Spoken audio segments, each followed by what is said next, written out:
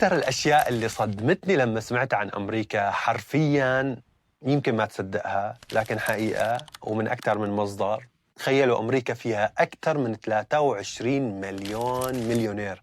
إيه يا جماعة، مثل ما سمعتوا 23 بني آدم ثروتهم أكثر من $1,000,000.